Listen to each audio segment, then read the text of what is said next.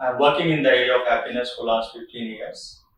I've written numerous articles, reports and books on happiness. दुनिया भर में मार्च 20 को इंटरनेशनल डे ऑफ हैप्पीनेस के नाम से मनाया जाता है।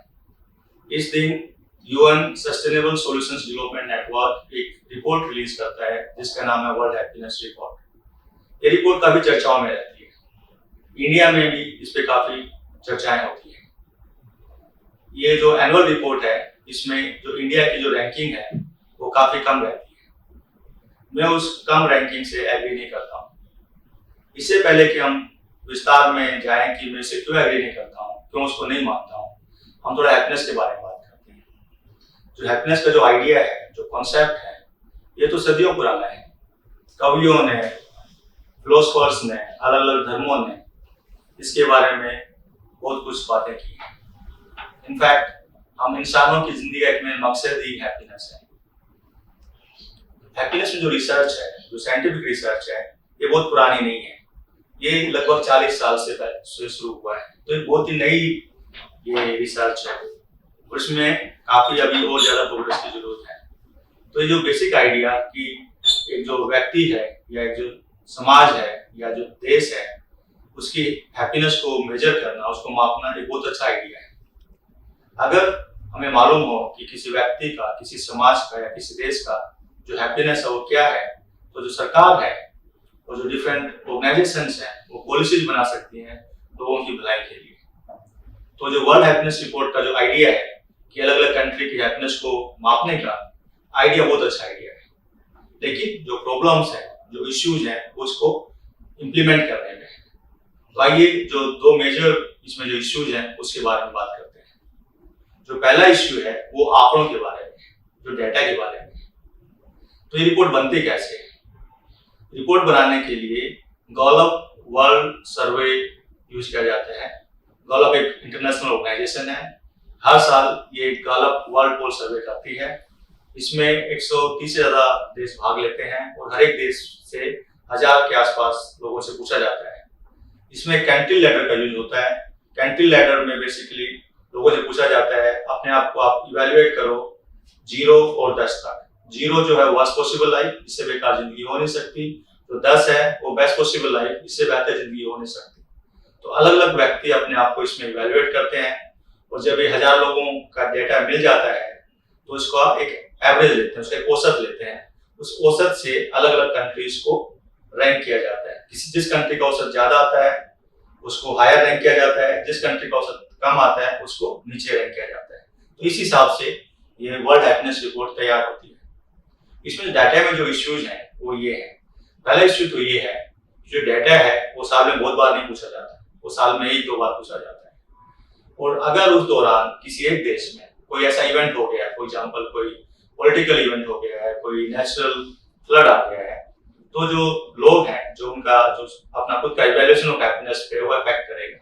तो ये जो डाटा इकट्ठा होगा ये पूरे साल के लिए रिप्रेजेंटेटिव डाटा नहीं है।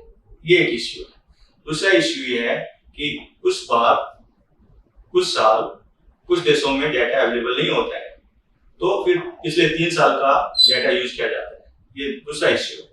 तीसरा ये है कि जो ये गैलप है, जब जो ऑर्गेनाइजेशन है जो ये सर्वे करता है, ये वर्ल्ड हैप्पीनेस रिपोर्ट वेबसाइट पे मेंशन है कि कई बार ऐसा होता है कि साल में आखिर में जो डाटा कलेक्ट किया गया है उसको दूसरे साल के शुरू में यूज किया जाता है। फॉर एग्जांपल अगर 2023 के एंड में डाटा कलेक्ट किया गया है तो उसको 2024 के शुरू में भी यूज किया जा सकता है। ऐसा बहुत बार नहीं होता, लेकिन ऐसा होता है, जो कि एक सही चीज नहीं है। तो ये डाटा में, आंकड़ों में कुछ इश्यूज हैं जो मैंने हाईलाइट किए हैं।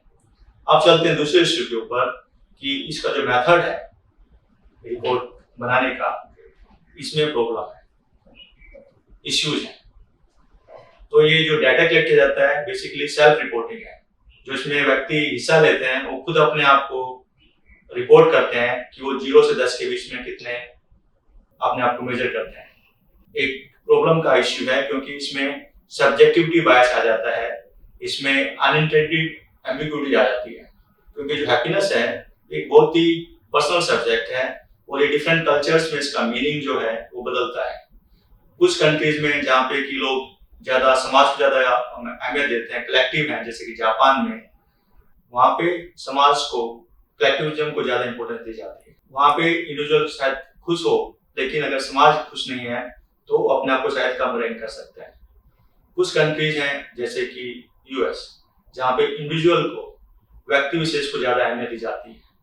वहाँ पे अगर इंडिविजुअल खुश है तो अपने आप को अच्छा रैंक करेगा, बाकी समाज खुश है कि नहीं वो मैटर नहीं करता है। तो ये इश्यू है।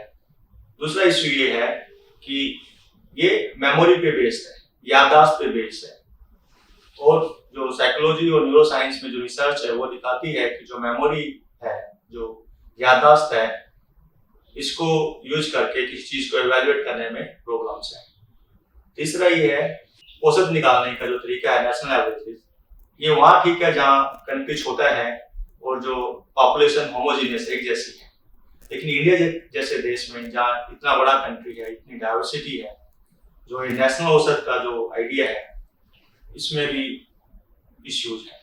ये दो मुद्दों की वजह से कि डाटा में मुद्दे हैं, मैथोलॉजी में मुद्दे हैं, इस हैप्पीनेस रिपोर्ट का जो इम्प्लीमेंटेशन है उसमें इश्यूज है, और इसलिए मैं इस बात से एग्री नहीं करता कि इंडिया का जो रैंक है वो सही रैंक है। इंडिया एक काफी यंग कंट्री है, काफी एस्पिरेशनल कंट्री है, डाइवर्सिटी है, डिफरेंट इनकम ग्रुप्स हैं, और कुछ लोग काफी सेल्फ क्रिटिकल भी हैं। तो इसलिए जब जो 1000 लोगों से जब पूछा जाता है तो उनका जो उतना सेल्फ इवैल्यूएशन होता है हैप्पीनेस पे, शायद वो उतना एक्यूरेट नहीं होता जो इंडिया को रिप्रेजेंट कर सके। मुझे क्यों ऐसा लगता है कि इंडिया एक ज्यादा खुश देश है बजाय कि जो रिपोर्ट में दिखाया गया है। हैप्पीनेस में जो सबसे बड़ी रिसर्च हुई है वो हार्वर्ड में हुई है, हार्वर्ड यूनिवर्सिटी में, जो सबसे लंबे टाइम तक चली है। उसमें पाया गया है कि जो हैप्पीनेस का जो मेन सोर्स है वो रिलेशंस है।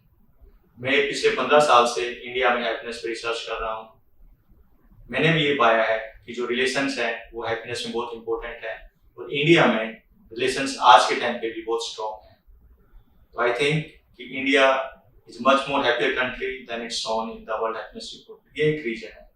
दूसरा रीजन ये है कि इंडिया में रिलीजन और स्पिरिचुअलिटी बहुत स्ट्रॉन्ग है, और ये हैप्पीनेस के लिए बहुत इंपॉर्टेंट है। ऐसा क्यों है? क्योंकि जिंदगी वैसे नहीं चलती जैसे हम चाहते हैं। जिंदगी में बहुत सारे सेटबैक्स आते हैं, बहुत सारी परेशानियां आती हैं, लेकिन अगर मेरा भगवान में विश्वास है, मैं अगर स्पिरिचुअल हूँ, तो मैं अपने आप को तसल्ली दे देता हूँ कि कोई बात नहीं, अभी मेरा बुरा टाइम चल रहा है, भगवान मेरा ध्यान रखेगा, आगे अच्छा टाइम भी आएगा। स्पिरिचुअलिटी और ये जो रिलीजन है इंडिया में बहुत स्ट्रॉन्ग है, और ये हैप्पीनेस में एक बहुत ही स्ट्रॉन्ग पिलर है। बहुत सारी और बातें भी हैं जो मैं शेयर कर सकता हूँ, लेकिन in the interest of time यहीं पे इसको क्लोज करते हैं। जो ये वर्ल्ड हैप्पीनेस रिपोर्ट का जो आइडिया है, ये बहुत अच्छा आइडिया है।